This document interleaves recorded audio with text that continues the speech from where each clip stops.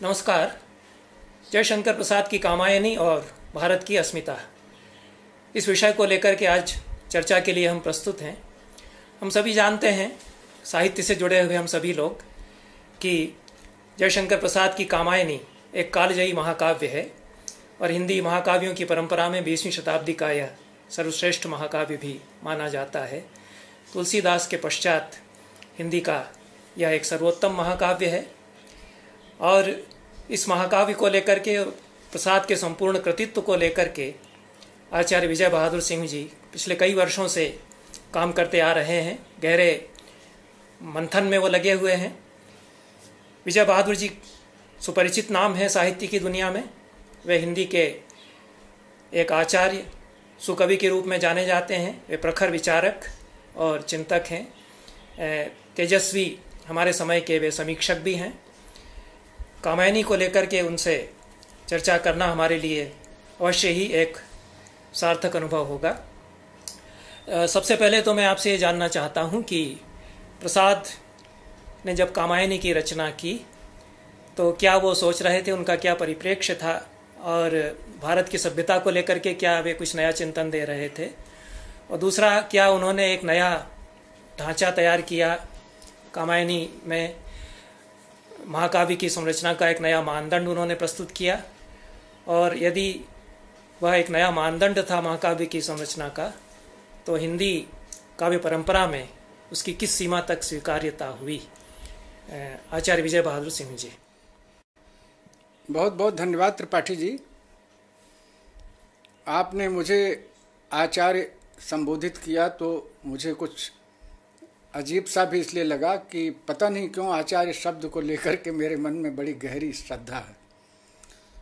और अब हम लोग तो पढ़ाते रहे हैं और इसलिए कुछ लोग प्रोफेसर भी कह देते हैं, तो प्रोफेसर तो एक आम चलन जैसा मुहावरा हो गया है, लेकिन फिर भी अब उसके अलावा हमें कहेंगे क्या। एक बात है, जो आपने जो सवाल उठाया है भारत की अस्मिता, और दूसरा जो सवाल कामायनी को लेकर आपने उठाया है कि रामचरितमानस के बाद वो हिंदी का सबसे बड़ा और प्रामाणिक और कालजयी काव्य है, तो इस बारे में हम लोगों को यूं भी सामान्यतः अगर आप देखें तो पूरे भारत में, पूरी दुनिया में जहाँ भी हिंदी साहित्य पढ़ाया जाता है वहाँ ये मान लिया जाता है कि कामायनी को तो पढ़ाना ही है। हाँ। तो क्योंकि और चीज़ों पर, कृतियों पर विवाद हो सकता है। निराला की बहुत सारी कविताओं को छोड़ा जा सकता है और पढ़ाया जा सकता है, लेकिन कामायनी तो प्रत्येक स्थिति में अनिवार्य है। तो इससे लगता है कि कोई खूबी और विशेषता उसमें है, जिसके कारण सब लोगों के लिए वो एक अनिवार्य पाठ्य ग्रंथ बना हुआ है। रही बात ये कि भारत की अस्मिता का जो सवाल आप उससे जोड़ने की कोशिश कर रहे हैं या पहल कर रहे हैं, और ये भी आप कह रहे हैं कि वो किस प्रकार का ऐसा महाकाव्य है जिसमें बहुत सारी चीज़ें 20वीं शताब्दी के कारण जोड़ी गई हैं और घटाई गई हैं, तो वो भी एक बड़ा महत्वपूर्ण सवाल है। और आप देखेंगे कि कामायनी कोई आकस्मिक सृजन नहीं है प्रसाद का, क्योंकि जो प्रसाद को उनके नाटकों से पढ़ना शुरू करते हैं, कहानियों से पढ़ना शुरू करते हैं, तो उससे उसको अंदाज लग जाएगा कि आदमी केवल नाटक के लिए नाटक नहीं लिख रहा है।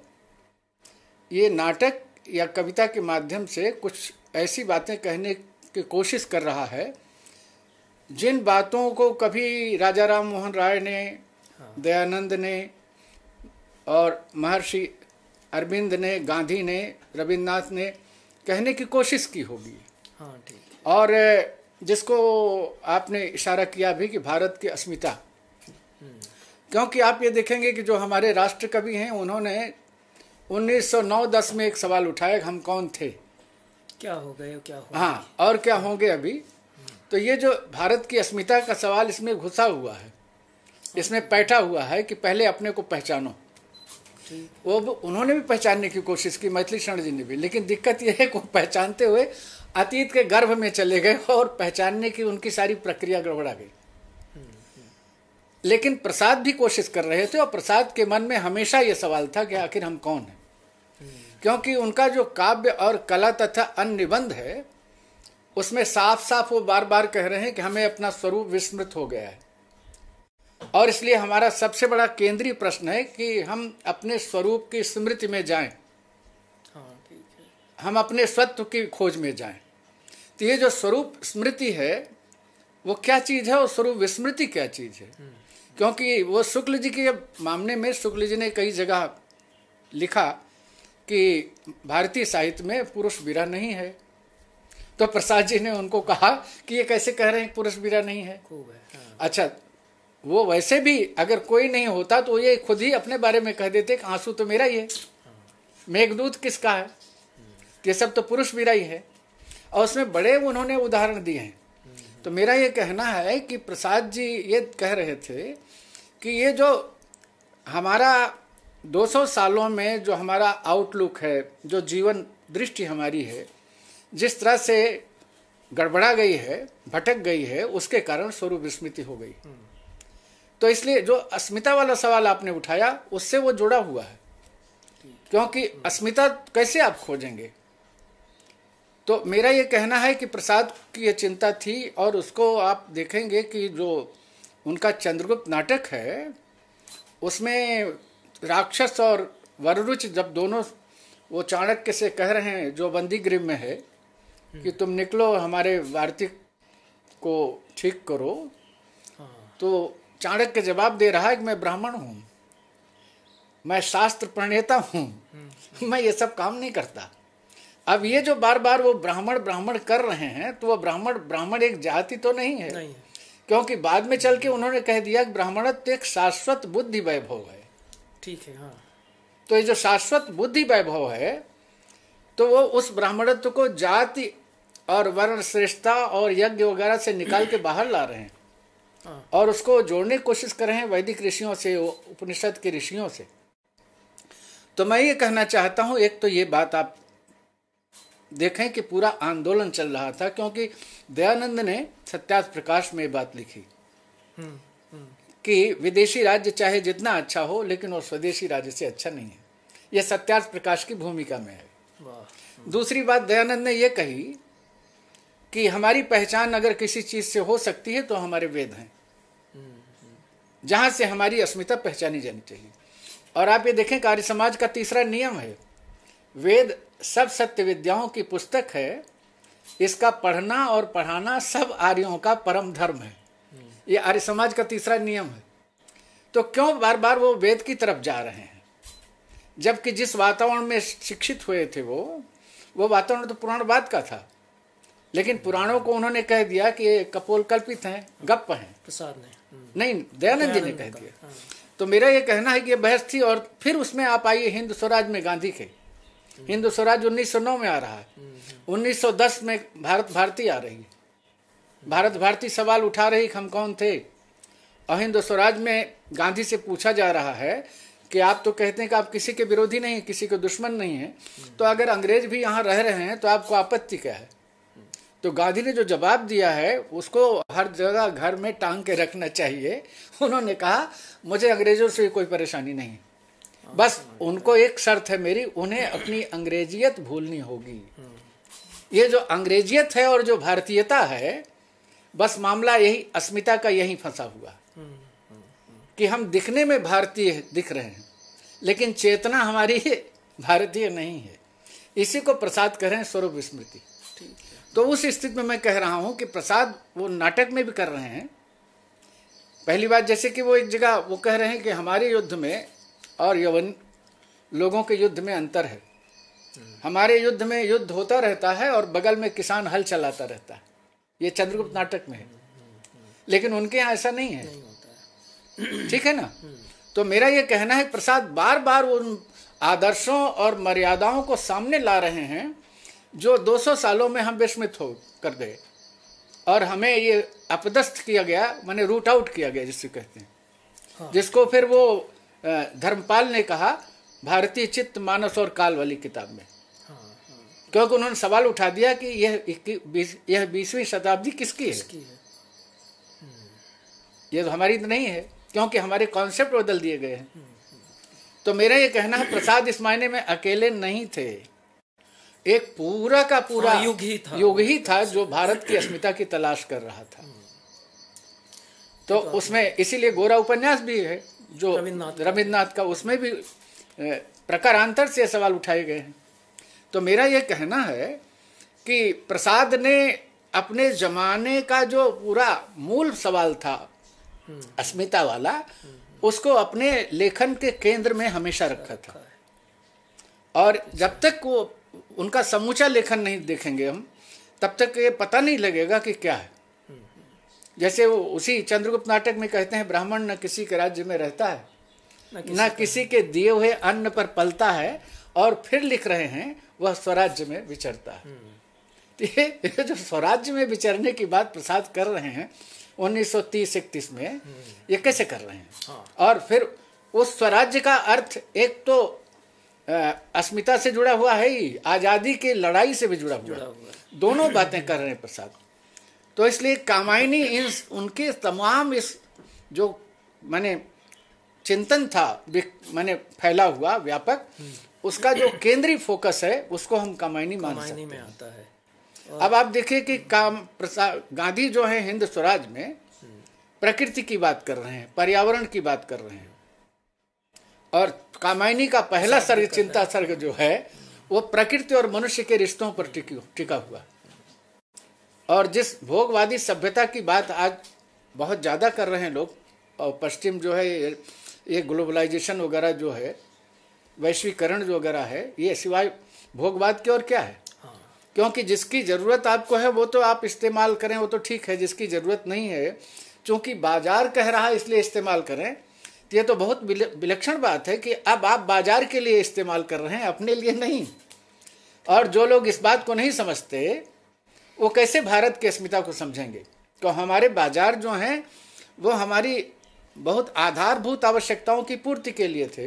क्योंकि आपके बचपन में भी आपने देखा होगा, मैंने तो देखा ही, हमारे गांव में बाजार कहीं कहीं सप्ताह में एक दिन लगता था, तो लोग चले जाते थे कुछ नमक लेने, तेल लेने या कपड़ा लेने, मिट्टी का तेल लेने। बाकी गांव परम स्वाधीन थे। तो ये जो हमारी स्वाधीनता गायब हुई, और वो स्वाधीनता केवल राजनीतिक स्वाधीनता नहीं थी, क्योंकि ये किशन पटनायक जो सांसद थे, मैंने बहुत पुराने ज़माने में, और लोहिया जी के शिष्य थे, तो उन्होंने लिखा है कि और लोग जो आज़ादी की बात करते थे और स्वाधीनता की बात करते थे, उनमें यह था कि अगर हमको राजनीतिक आज़ादी मिल गई तो आर्थिक और चेतना के स्तर की आज़ादी मिल जाएगी। गांधी इससे असहमत थे। और उन्होंने नाम लेकर किया है त्रिपाठी जी, उन्होंने पटेल का नाम लिया है, नेहरू का नाम लिया है, कि लोग सोचते थे कि नहीं पॉलिटिकली अगर हम आज़ाद हो गए तो हम अपनी समस्या हो। तो गांधी कहते थे नहीं, पॉलिटिकली आज़ाद होने का कोई मतलब नहीं होता जब तक आप चेतना के स्तर पर, सांस्कृतिक धरातल पर आज़ाद नहीं होते। प्रसाद भी यही बात कर रहे हैं। तो इसलिए जो अस्मिता के प्रश्न को समझना पड़ेगा, कई दृष्टियों से, कई माने कोणों से समझना पड़ेगा अस्मिता के सवाल को। क्योंकि अब आजकल तो अस्मिता में बहुत सारा, कुछ लोग जो आजकल जिनके हाथ में सत्ता राजनीति है, त्रिपाठी जी, वो तो ये कह रहे हैं सत्य की खोज कीजिए, लेकिन वो सत्य क्या है ये नहीं बता रहे हैं। ठीक है, तो उसमें तो भटकाव आएगा। क्योंकि जब आप सत्य बता देंगे उसी समय तय हो जाएगा कि अच्छा यही सत्य है, तो लोग स्वीकारेंगे या अस्वीकार करेंगे। इसलिए वो उस बात को गोपनीय रखना चाहते हैं, पुराने ब्राह्मणों की तरह, कि हमारे पास जो विद्या है हम तुमको इसलिए नहीं देंगे कि तुम हमारे बराबर हो जाओगे। तो ये जो है, ये इसमें स्वाधीनता कहाँ है? क्योंकि स्वाधीनता व्यक्ति की होगी तभी तो समूह की होगी। अगर व्यक्ति की स्वाधीनता नहीं होगी तो समूह की स्वाधीनता भी नहीं होगी। तो एक तो मेरा ये कहना था कि जिस अस्मिता की बात प्रसाद कर रहे हैं, जैसे कि प्रसाद ने ये बात भी की है कि भारत का जो मूल प्रस्थान है जीवन बोध का, वो आनंदवाद का है, जिसको वेदों और उपनिषदों से जोड़ते हैं। उसके बाद जो बुद्ध आए और महावीर आए, तो इन्होंने ये स्थापना दी कि ये दुनिया जो है इसके केंद्र में दुख है। तो प्रसाद ने उस दुख से अपने को नहीं जोड़ा। उन्होंने ये साफ साफ कह दिया प्रसाद ने कि ये दोनों विहार और बिहार धर्मी धर्म तो हो सकते हैं, लेकिन ये जीवन धर्मी धर्म नहीं हो सकते। ये भी उन्होंने कहा। अगर आपको जीवन जीना है तो चाहे आप अब भी देख लें कि बौद्धों का और जो जैनियों का है, कुल मिला के वो भी उसी में आ गए हैं, आश्रम धर्म में। तो प्रसाद ठीक कह रहे थे, क्योंकि व्यावहारिक धरातल पर भी, जिसको हमारे गुरुजी कहते हैं कि वो यथार्थवादी थे। क्योंकि व्यावहारिक धरातल पर हमको देखना पड़ेगा कि आप सिद्धांत चाहे जितना बघारें ऊंचा, लेकिन कुल मिला के आप जो जीना चाहते हैं वो जीने का जो सौंदर्य है और उसकी जो पहचान है वो कैसे बनेगी, निर्धारित होगी। तो इसलिए प्रसाद इतना कह के छोड़ देते हैं कि एक तो यह है कि मनुष्य जो जन्म लेता है वो जन्म उसका आनंद की तलाश में होता है। कोई व्यक्ति पैदा होने के बाद कभी भी दुख नहीं खोजना चाहता, इसलिए उसका मूल स्वभाव जो है आनंद की तलाश, आनंद की प्राप्ति है। उपनिषद यही कहते हाँ, उपनिषद से ही ले रहे हैं वो। तो इसलिए मैं कह रहा हूं कि प्रसाद जहां जहां जा रहे थे, बल्कि पता नहीं क्यों लोग बुरा मान जाते हैं, लेकिन वहां वहां तो निराला भी नहीं पहुंच पा रहे थे। हाँ, सही बात। तो मेरा इसलिए तो भारत जो प्रसाद की अस्मिता, भारत की अस्मिता की खोज थी प्रसाद की, वो बड़ी विलक्षण थी। आपने कहा कि कामायनी एक नए ढंग का महाकाव्य है, तो मैं ये कहना चाहता हूं कि उन्होंने जितने नाटक लिखे उनको देख जाइए। वो तो संस्कृत के नाटकों की परंपरा का पूरा पालन ही नहीं करते, सूत्रधार नहीं है, नांदी पाठ नहीं है उसमें। कामायनी से तो उन्होंने जो है, जो अनावश्यक था उसको हटा दिया, जिसको उन्होंने अपने जमाने के लिए, क्योंकि उनका नाटक माने पहले ही अंक और पहले दृश्य से शुरू हो जाता बगैर किसी पूजा पाठ के, और कामायनी की शुरुआत वो हाथ से करते हैं। अंतिम वर्णमाला के अंतिम अक्षर से हिमगिरी के। हाँ, जिस पर कई वो रसाल जी थे वो कहा करते थे अशुभ है। हाँ, अशुभ है, नगण आ गया है। हाँ। तो मेरा ये कहना है कि प्रसाद जी, या तो हम मान लें कि प्रसाद जी को भारतीय परंपराओं का कोई ज्ञान नहीं था, और या तो हम मान लें कि भारतीय परंपराओं में जो फिजूल की चीजें थी उन्हें वो अस्वीकार कर रहे थे, हटाने की कोशिश कर रहे थे। ये उन्होंने नाटकों में भी किया और कामायनी में तो किया ही। तो मेरा ये कहना है कि प्रसाद की कामायनी पर आने के पहले प्रसाद के इस मनोभूमि को समझना बहुत जरूरी है। तो कामायनी में भी हुआ है, लेकिन मैंने आपसे कहा कि प्रसाद की जो चिंता थी कि एक तो प्रकृति और मनुष्य के बीच में संबंध क्या होना चाहिए, दूसरा मनुष्य और मनुष्य के बीच में क्या संबंध होना चाहिए, तीसरे स्त्री और पुरुष के बीच में क्या संबंध होना चाहिए, और चौथे ये जो शेष प्राणी हैं उनका और मनुष्य से क्या रिश्ता होना चाहिए। प्रसाद इस तरह से चलते हैं, ठीक है ना। तो उस स्थिति में हमको ये देखना पड़ेगा, क्योंकि कक्षा में तो प्रायः विद्यार्थियों की स्थिति भी ऐसी नहीं रहती कि इन सब बातों को समझने के लायक हों, उनकी तैयारी इतनी नहीं रहती। तो अगर कोई अध्यापक कहना भी चाहे तो नहीं कह सकता। लेकिन प्रसाद को समझने के लिए ये सब बातें कहना जरूरी है। तो इसलिए मैं कह रहा हूँ कि कामायनी को भी उन्होंने इसी रूप में लिया। अब सवाल यह है कि प्रसाद वहाँ भी एक सवाल उठाते हैं उसकी भूमिका में, आमुख में। वो कहते हैं कि ये ठीक है कि हमारा जाति इतिहास टूट टाट सा गया है, लेकिन फिर भी वो टूटी बिखरी स्मृतियां हमारी चेतना में रहती हैं। और वो ये भी बात कहते हैं कि यही वस्तुतः हमारा इतिहास है। इसीलिए वो शतपथ ब्राह्मण के पास जाते हैं, ठीक है ना। वो ये कहते हैं कि चेतना नहीं मरती, तो चेतना नहीं मरती तो हमारी स्मृति में धीरे धीरे धीरे धीरे क्षीण रूप में ही रहे लेकिन रहती है, और वो चेतना ही हमें आगे बढ़ने में मदद करती है। इसलिए वो शतपथ ब्राह्मण के पास गए। और आप ये देखें कि मैथिली शरण गुप्त ने साकेत लिखा, वो रामचरितमानस के आगे वाल्मीकि तक भी नहीं जा पाए, राष्ट्र कवि हो गए। केवल अगर भारत भारती उन्होंने न लिखी होती तो उनको राष्ट्र कवि नहीं कहा जाता। लेकिन यह है कि उनकी चेतना का जो धरातल था वो पुराण से आगे जा ही नहीं पा रहा था। प्रसाद की चेतना का धरातल जो है सीधे सीधे उपनिषद से कनेक्ट हो रहा था, वेद से कनेक्ट हो रहा था। तो दोनों कवियों की चेतना में कितना फर्क है, इसलिए ये भी सवाल उठेगा कि असली राष्ट्र कवि कौन है। हाँ, ये तो बड़ी बात आपने। पॉलिटिकली वो राष्ट्र कवि हो सकते हैं, लेकिन कल्चरली राष्ट्र कवि तो प्रसाद हैं। ठीक है ना। सही बात। क्योंकि अगर आंदोलन नहीं हुआ तो होता आजादी का, राष्ट्रीय आंदोलन नहीं हुआ होता तो मैथिली शरण गुप्त नहीं पैदा होते। ठीक है। लेकिन चूंकि हम हजारों साल से दूसरों के शासन काल में रह रहे थे और चूंकि अंग्रेजों ने हमको बता दिया था कि हमारे गुलाम बनकर तुम रह रहे हो तो तुम्हारी औकात क्या है, तो ये उनको बार बार कोंच रहा था और वो ये कोशिश कर रहे थे कि हम बताएं कि हमारी औकात चेतना के धरातल पर और बौद्धिक धरातल पर क्या है। क्योंकि दयानंद जब ईसाइयों पर हमला कर रहे थे, इस्लाम पर हमला कर रहे थे, तो वो भी उनकी सांस्कृतिक रणनीति का एक हिस्सा था। तो प्रसाद की साहित्यिक रणनीति का ये सब हिस्सा था। लेकिन प्रसाद की समझदारी ये थी कि दयानंद की तरह वो इस तरह की चीजों को इनवाइट नहीं करते थे। ठीक है। वो सीधे सीधे अपनी जमीन पर रह करके काम करना चाहते थे कि हमारी जमीन ये है जिसमें सबकी समाई है। जो गांधी कह रहे थे कि हमारे सत्याग्रह में, अहिंसा में सबकी समाई है, प्रसाद भी ये कह रहे थे कि अरुण यहाँ मधुमेह देश हमारा, जहां पहुंच अनजान क्षितिज को मिलता एक सहारा। अब ये अनजान क्षितिज को सहारा देने वाली बात है, गांधी के हिंद स्वराज से कहीं न कहीं जाके मिलती है। ठीक है। तो उस स्थिति में मैंने आपसे कहा कि ये जो है इसको समझना पड़ेगा।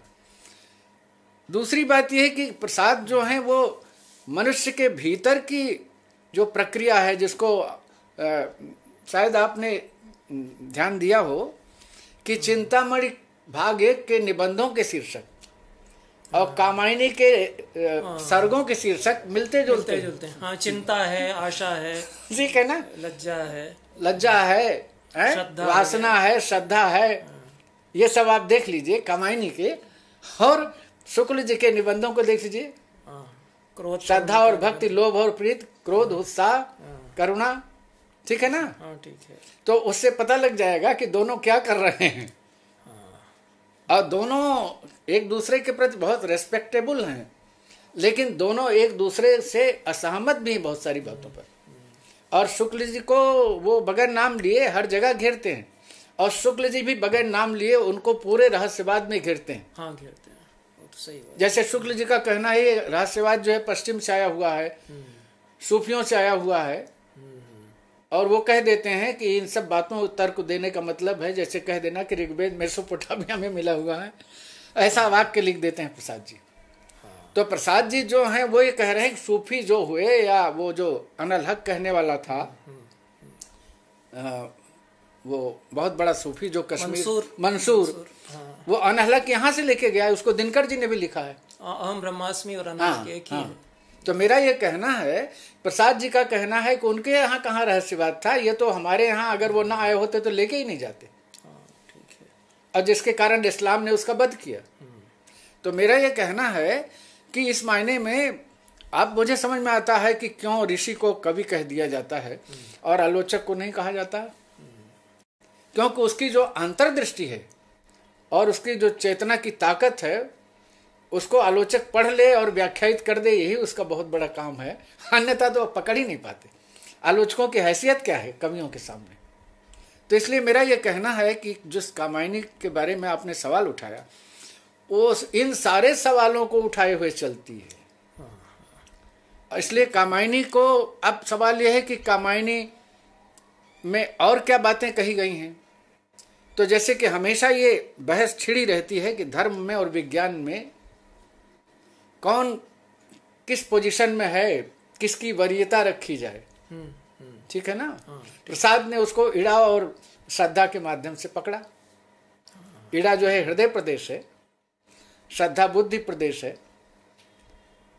बुद्धि की ईड़ा बुद्धि हृदय प्रदेश है और ईड़ा बुद्धि प्रदेश है।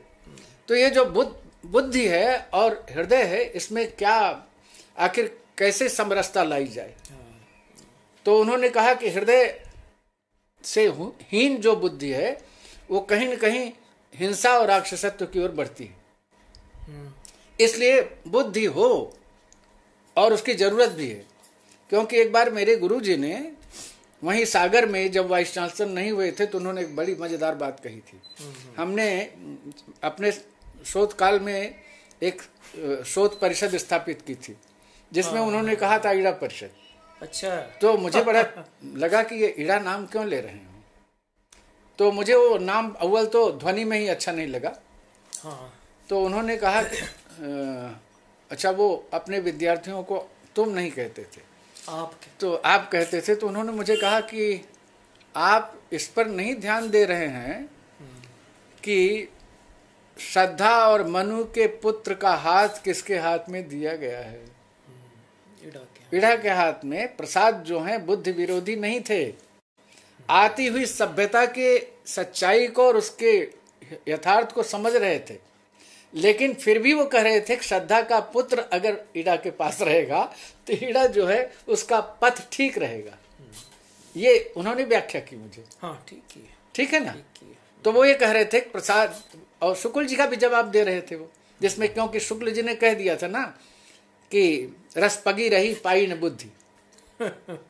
तो मेरा ये कहना है कि प्रसाद जी की दृष्टि जो थी वहां काम कर रही थी कि धर्म और विज्ञान में, जैसे कि हिरोशिमा और नागासाकी के जो नरसंहार हुआ वो इसलिए हुआ कि बुद्धि तो थी लेकिन हृदय नहीं था, और जिसके कारण आइंस्टीन जो है असंतुलित सा हो उठा था कि मैंने क्या कर दिया, मेरी बुद्धि तो काम कर पाई लेकिन जिनके हाथ में औजार थे वो तो बिल्कुल राक्षस निकले।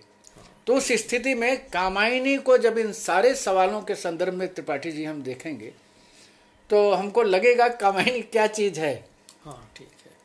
तो एक तो ये बात मुझे कहनी थी जी कि कामायनी जो है वो बहुत सारे सवालों को उठाती है कि मनुष्य जो कुछ बाहर है वो तो बहुत कम है, 1/4 है, भीतर वो 3/4 है। तो इसलिए प्रसाद उस भीतर की भी तलाश कर रहे हैं और बाहर की तलाश तो कर ही रहे हैं। बाहर समाज है, भीतर व्यक्तिमन है। तो ये व्यक्तिमन और समाज में क्या रिश्ता हो और क्या उसमें संगतियां पैदा हो सकती हैं, तब वो कहते हैं कि भाई संगति पैदा होनी चाहिए जिसको समरसता करें, ज्ञान दूर कुछ क्रिया भिन्न है, इच्छा क्यों पूरी हो मन की, एक दूसरे से न मिल सके यह विडंबना है जीवन की। ये उनकी सबसे बड़ी चिंता है, वो सामरस्य की है और वो सामरस्य ही आनंद की ओर ले जाएगा, अन्यथा वो दुख की ओर ले जाएगा।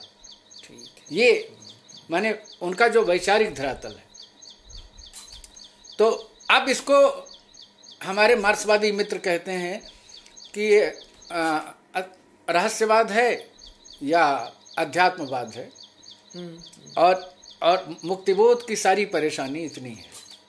मुक्तिबोध की परेशानी ये है कि उन्होंने पहली बात एक बहुत ही अवैज्ञानिक ढंग से प्रसाद के साथ काम किया।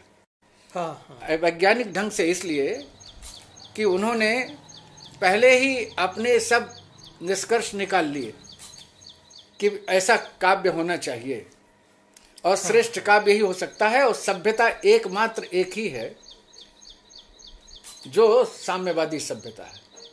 मुक्तिबोध पहले ये निष्कर्ष निकाल के फिर कामायनी के पास जाते हैं। मुक्तिबोध की आलोचना करने में मेरी मुख्य आपत्ति यही है कि मुक्तिबोध ने ऐसा क्यों किया, क्योंकि वो कामायनी के रास्ते से निकल कर जाके कोई निष्कर्ष नहीं लेते, बल्कि अपने निष्कर्ष ले करके और फिर वो कामायनी के पास आते हैं उसका वध करने के लिए।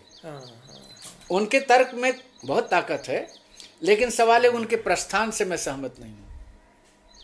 क्योंकि आप जब किसी लेखक, और ये मुक्तिबोध खुद कह रहे हैं कि ये चंडत्व तो है, माने कामायनी पुनर्विचार में इसको कहा है कि कवि को पहले उसकी निगाह से, उसकी दृष्टि से देखना चाहिए, और अगर कोई आलोचक अपनी निगाह लेके जाता है और उसके माने संसार, उसकी चेतना को पकड़ने की कोशिश नहीं करता, तो ये सिर्फ अपने को थोपना है और ये चंडत्व है। तो उन्होंने तो यही किया। हाँ, तो इसको मैंने लिख भी दिया, तो बहुत लोगों को, हमारे हिंदी वालों को बहुत तकलीफ हुई, क्योंकि मुक्तिबोध जैसे देवता के बारे में हमने ऐसा कैसे लिख दिया। तो मेरा ये कहना है कि मुक्तिबोध की एक गलती तो ये थी, दूसरी ये कि मुक्तिबोध बार बार जिस सभ्यता की बात कर रहे हैं वो सभ्यता का हस्त्र हम लोगों ने 90 के आसपास देख लिया। आखिर क्या कारण है कि चीन जो एकदम सबसे बड़ा व्यवसायी देश हो गया, पूंजीपति देश हो गया, और दूसरे रूस जो है वो बिखर गया। अगर ये सभ्यता इतनी अच्छी थी जिसमें साफ साफ हो गया कि पार्टी ही देश हो गई थी रूस में, और इसीलिए वो खत्म हुआ। तो व्यावहारिक धरातल पर अगर कोई सिद्धांत काम नहीं करता मनुष्य के, तो फिर उस सिद्धांत का मतलब क्या रहा, कि उसका मीनिंग क्या हुआ, अर्थ क्या हुआ। तो ये भी एक बात है जो मुक्तिबोध के बारे में मैं कह सकता हूँ, मैंने लिख भी दिया है, काम इस किताब में है। अच्छा, ठीक है। मैंने एक पूरा चैप्टर है मुक्तिबोध और मैंने कामायनी। तो मेरा ये कहना है कि इस पर भी विचार करना चाहिए। दूसरी बात यह है कि मुक्तिबोध आंसू को भी रहस्यवादी कह रहे हैं, जबकि छायावाद के तमाम आलोचकों ने उसको शुद्ध प्रेम काव्य कहा है। तो मुक्तिबोध ने, अब इससे पता चलता है कि उनके मन में प्रसाद को लेके पूर्वाग्रह कैसे थे। फिर मुक्तिबोध प्रसाद को लेके एक और खास बात कहते हैं कि उनका आम जनता से कोई परिचय नहीं था। जो आदमी उपन्यास लिख रहा है, कंकाल, तितली, जो आदमी इतनी ढेर सारी कहानियां लिखता है, गुंडा जैसी कहानी, गुंडा, छोटा जादूगर, ममता, वो कह रहा है कि प्रसाद जी का कोई, जबकि उनके प्रसाद के जितने समकालीन वो लिख रहे हैं प्रसाद जी को हीरो जवाहरात से लेकर के कजरी और आल्हा तक की खबर थी। और वो जो मैथिली शरण गुप्त के साथ एक और कवि थे, उनका नाम मैं भूल रहा हूँ, वो बनारस गए थे, बहुत अच्छा गाते थे, काफ़ी बड़ा नाम है वो, तो गा रहे थे तो वो भूल गए लोकगीत, तो प्रसाद ने उसकी पंक्ति जोड़ी कि उसमें ये है। तो लोग चमत्कृत हो गए कि इनको लोकगीतों का इतना क्यों गान है, क्योंकि प्रसाद जी अगर कहीं लोकगीत हो रहा रात में 12 बजे तो पैदल चले जाते थे। और ये मेरे गुरुजी ने लिखा है कि वो साथ लेकर के चले जाते थे कि चलिए वहाँ कजरी हो रही सुनेंगे। तो ये प्रसाद जी का धरातल था। प्रसाद जी कोई हवाई आदमी नहीं थे जिस तरह से उनको कहा जाता है, और प्रसाद जी ही थे जिन्होंने चंद्रशेखर आजाद को अपने तंबाकू के कारखाने में इसलिए छिपाया था कि पुलिस उनको पकड़ न पाए। और ये उनकी किताब में है लिखा हुआ, संस्मरणों, पहले लेख में लिखा हुआ है, और इसको मैंने अपनी किताब में 2 बार कोट किया है कि जिस आदमी का कारोबार अंतर्राष्ट्रीय था, 1 मिनट में सारा कारोबार चौपट हो सकता था, उसका कलेजा देखिए क्या था कि चौपट हो जाए तो चौपट हो जाए, लेकिन मैं चंद्रशेखर आजाद को छिपाऊंगा।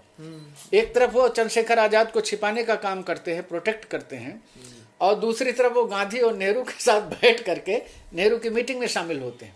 मैंने ये सवाल भी उठाया है कि वस्तुतः प्रसाद ऐसा कैसे कर रहे हैं, क्या वो तय नहीं कर पा रहे हैं मैं किधर जाऊं? लेकिन कामायनी को देखते हुए साफ लग रहा है कि हिंसा को अनिवार्य नहीं मानते, अंततः वो अहिंसा पर आते हैं और वो कहते हैं अहिंसा ही सत्य है, हिंसा सत्य नहीं। तो ये कामायनी का जो वैचारिक पक्ष है, जिसके कारण कामायनी अत्यंत महत्वपूर्ण है।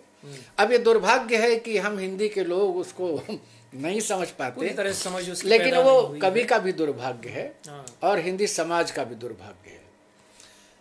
अगर कामायनी किसी तरह इसको भी कोई WB ईट्स की तरह कोई व्यक्ति मिल गया होता, जैसा कि रविन्द्रनाथ की गीतांजलि को मिला। और मैं तो अब भी कहता हूँ, हालांकि मेरी हिम्मत नहीं है कि गीतांजलि का कंटेंट और कामायनी के कंटेंट को कहीं न कहीं तुलनात्मक आधार पर देखा जाए। इससे पता लग जाएगा कि दोनों पोएट कहाँ हैं। हाँ, ठीक है। और प्रसाद इससे बहुत साफ पता लग जाएगा। हाँ। तो मेरा ये कहना है त्रिपाठी जी कि यह सब मुद्दे हैं जो आज आपसे बात करते हुए हो सकता है आपके ही प्रताप से आ रहे हों। नहीं, मैंने सोचा हुआ, बहुत तो अच्छा। मैंने ये सब मतलब उस किताब में कुछ कुछ तो आया ही है। अब आपने बहुत एक टेक्निकल सवाल उठाया है कामायनी के महाकाव्यत्व को लेकर के। आप ये देखें कि रामायण जैसा है वैसा महाभारत नहीं है। हाँ, ठीक है। माने जो आदि प्रस्थान है दो, उन दोनों का स्वरूप भिन्न है। हाँ, ठीक है। दूसरी बात यह है कि अगर यूं देखें तो रामायण भी अंततः विषाद में चला जाता है और महाभारत तो विषाद में है ही। हाँ। तो आनंदवाद जो अपना कह रहे हैं, ये दोनों जो महाकाव्य हैं, क्योंकि वहां सीता का भूमि प्रवेश देख लीजिए, प्रवेश हो जाता है, और राम का सरजू में जाके आत्म विसर्जन है। तो ये क्या है? हमारा नायक ही जाकर के अगर मैं प्रगतिशीलों की भाषा में कहूँ तो आत्महत्या करता है जल में डूबकर। और हमारे जो नायक लोग हैं महाभारत के, वो बर्फ में जाके गल जाते हैं हिमालय में। ठीक है ना? ठीक है। तो मेरा ये कहना है कि इस पर भी विचार होना चाहिए कि ये क्या है। कहीं ये अघोषित या अनजाने में ही जो हमारी ट्रेजिक परिणतियां हैं उनको बताने की कोशिश की जा रही है।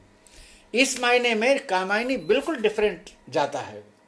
वो प्रलय से शुरू होता है और आनंद की तरफ चला जाता है। आप ये देखिए जरा, कामायनी का डिपार्चर देखिए और उसकी पहुंच है कहाँ पर। ठीक बात है। तमसो मां ज्योतिर्गमय।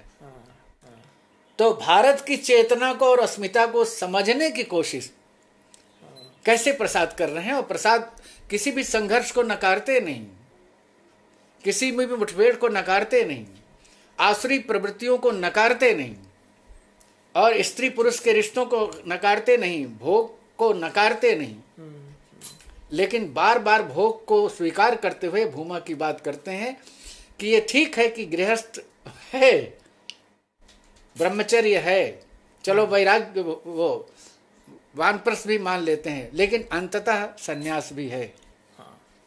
प्रसाद जो है बहुत ही रीजनेबल ढंग से रीजनिंग के साथ जाते हैं पूरी भारतीय परंपरा को लेके, इसलिए अस्मिता वहां भी दिखती है। हालांकि महाभारत में भी लोग चले ही जाते हैं, वन प्रस्थान करते हैं, लेकिन राम तो बेचारे वन से लौट के आते हैं ना। और वन से लौट के आने वाले राम बहुत कमजोर और आलोचनाओं से घिरे हुए राम हैं।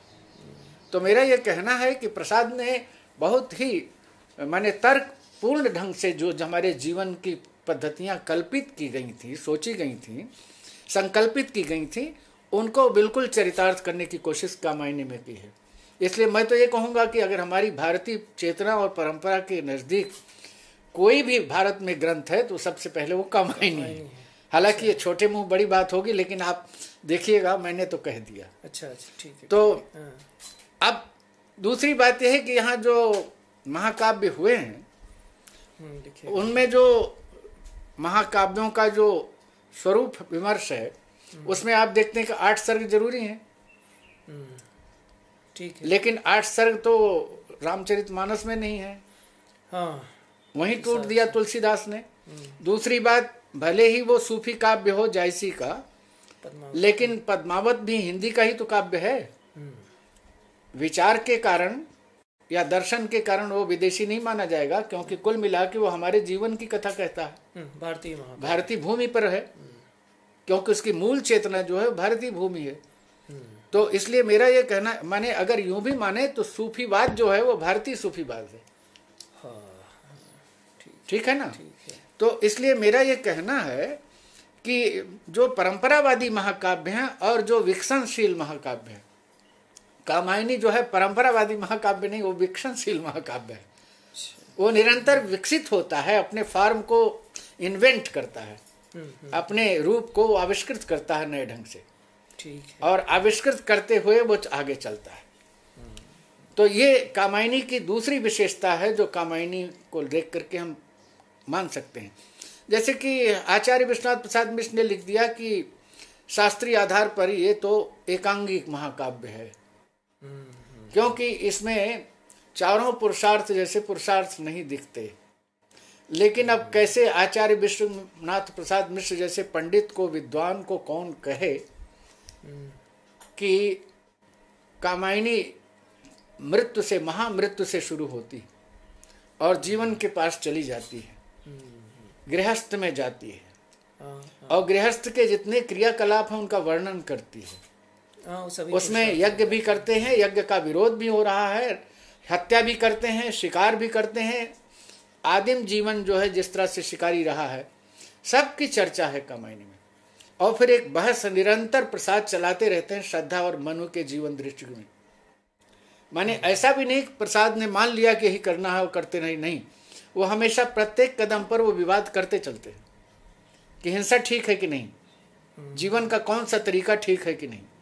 तो ये जो है, ये जो उसकी समृद्धि है उस महाकाव्य की, वो इस लेवल पर आता है।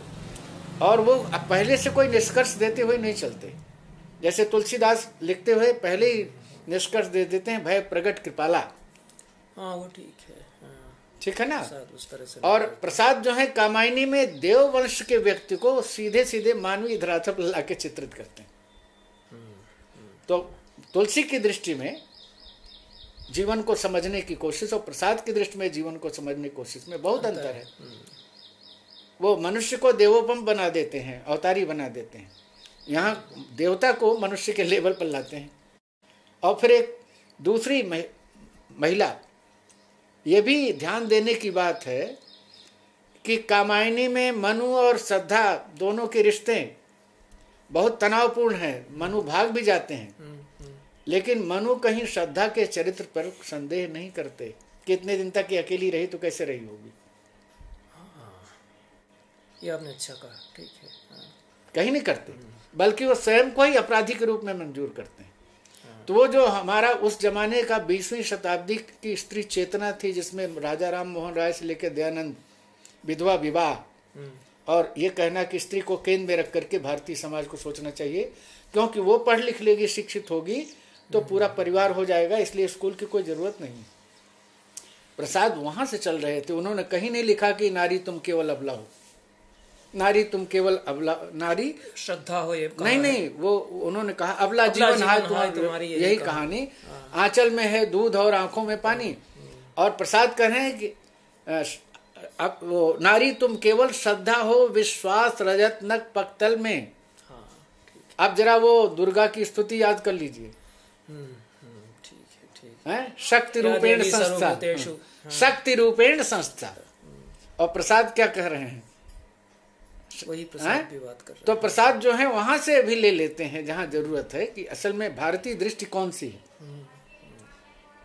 उसको दासी के रूप में देखने में, या उसको स्वामिनी के रूप में देखने में, या प्रसाद दोनों से हट करके तीसरी बात कह रहे हैं कि जीवन में माने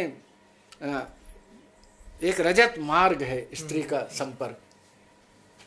अगर जीवन हिमालय की तरह है तो उससे पैदा होने वाली जो धारा है वो स्त्री है। तो इसलिए जिस तरह से उसको गरिमा में बनाते हैं प्रसाद, तो ये भी हमको देखना चाहिए कि अंततः वो महाकाव्य में कर क्या रहे हैं। एक और बात जो प्रसाद को लेकर कही जा सकती है कि मनु को जो कुछ भी अंततः प्राप्त होता है आनंद, उसके गाइडिंग फोर्स के रूप में भी स्त्री है, श्रद्धा ही है। आप महाभारत में देखिए सारी शक्ति कृष्ण के हाथ में है, और यहाँ to राम के हाथ में है ये।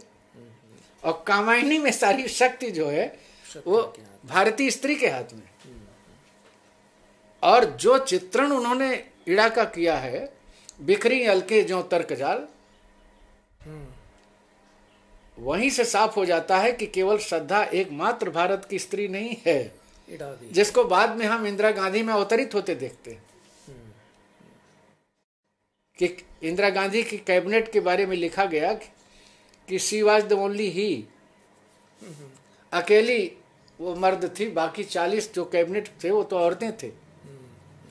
तो प्रसाद इन सारे भविष्य को समझ चुके थे। तो इसलिए कामायनी कोई साधारण कृति नहीं है, हमारी दृष्टि को उसके भूमि पर लाने में और हमारी दृष्टि को उसके शीर्ष तक पर ले जाने में। तो ये जो आपने सवाल उठाए थे महाकाव्य वाला, उसमें मैं ये कहना चाहता हूँ कि उसमें संघर्ष भी है और जीवन के जितने भोग पक्ष हैं वो भी हैं, लेकिन उपनिषद जो कहता है तेन त्यक्तेन भुंजी था, ठीक है, जितना भोगना है भोगो, लेकिन भोगने की एक सीमा और मर्यादा तुम तय करो। प्रसाद भोगने का विरोध नहीं करते, लेकिन वो कहते हैं कि अति किसी भी चीज की वर्जित है, इसलिए तुम भोगो, गले गले तक भोगो, लेकिन कमल की तरह उससे ऊपर रहो। बहुत अच्छा, ठीक है, ये भी उपनिषद ही है। तो मेरा ये कहना है कि जब इन सारी बातों को लेकर के हम प्रसाद पर विचार करेंगे तो प्रसाद की कोई एक इमेज त्रिपाठी जी बन पाएगी।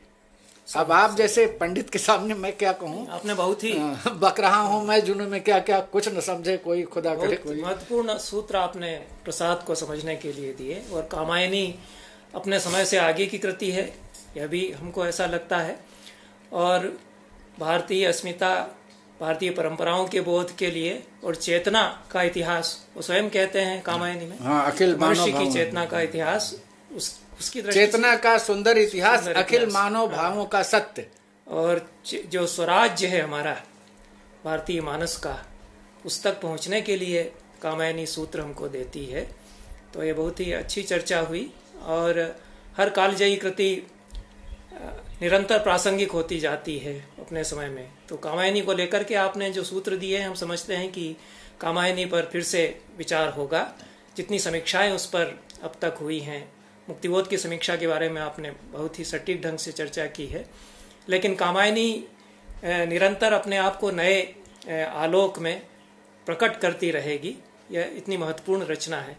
इसके साथ ही हम आपको बहुत बहुत धन्यवाद देते हैं और हम बहुत लाभान्वित हुए आपने जो नया प्रकाश इस कालजयी कृति पर डाला। बहुत बहुत धन्यवाद।